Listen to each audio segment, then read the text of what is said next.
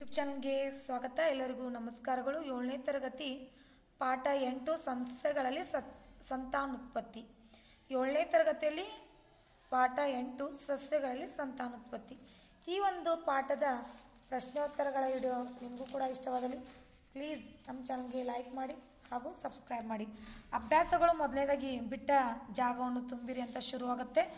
ಈವರೆಗೂ ಇದ್ದಾವೆ. ಇಲ್ಲಿ ಉತ್ತರಗಳನ್ನು ನಾವು ಈವರೆಗೂ ಕೂಡ ಬರೆದಿದ್ದೀವಿ. ನೀವು ಅದೇ ರೀತಿ ಬರ್ಕೊಳ್ಳಿ ಮಕ್ಕಳ. ಇನ್ನು 2ನೇ ಪ್ರಶ್ನೆಗೆ ಉತ್ತರ. 2ನೇದು ಅಲೈಂಗಿಕ ಸಂತಾನೋತ್ಪತ್ತಿ ವಿವಿಧ ವಿಧಾನಗಳನ್ನು ವಿವರಿಸಿ ಉದಾಹರಣೆಗಳನ್ನು ನೀಡಿ. 2, 3, 4, 5. 2 ಮತ್ತು 3 ಇಲ್ಲಿ 4 ಬರೆದಿದ್ದೀವಿ. ಇಲ್ಲಿ 5ನೇದಕ್ಕೆ ಒಂದು ಹೂವಿನ ಪ್ರಜನನ ಭಾಗಗಳನ್ನು ಚಿತ್ರಿಸಿ ಅಂತ ಹೇಳಿದ್ದಾರೆ. ಈ ರೀತಿ ನೀವು ಕೂಡ ಒಂದು ಹೂವಿನ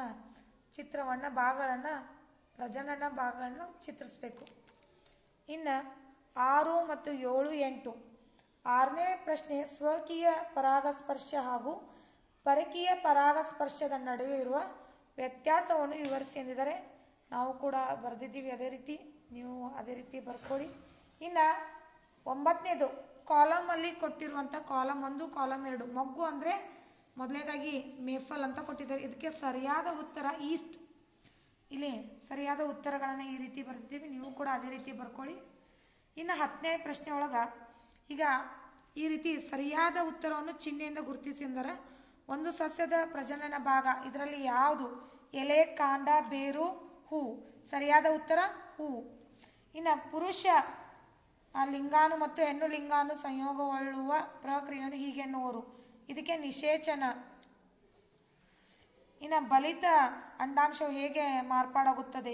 ಹೆಣ್ಣು. ಇದು ಬೀಜಕವನ್ನು ಉತ್ಪತ್ತಿ ಮಾಡುವ ಒಂದು ಜೀವಿ. ಇದಕ್ಕೆ ಬ್ರೆಡಿನ್ ಶಿಲೀಂಧ್ರ ಅಂತ ಉತ್ತರ. ಇದಕ್ಕೆ ಇಲ್ಲಿ 4 ಅದಾವ. ಇನ್ನು ಕೊನೆಯದಾಗಿ ಇನ್ನೂ ಒಂದಿದೆ. ಇದು ಬ್ರಯೋಫಿಲಿಮ್. ಇದರ ಮೂಲಕ ಸಂತಾನೋತ್ಪತ್ತಿ ಮಾಡುತ್ತದೆ. ಎಲೆಗಳು. ಸರಿಯಾದ ಉತ್ತರ ಎಲೆಗಳು.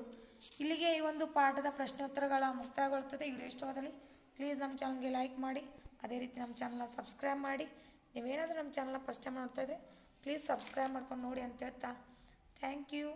ಧನ್ಯವಾದಗಳು.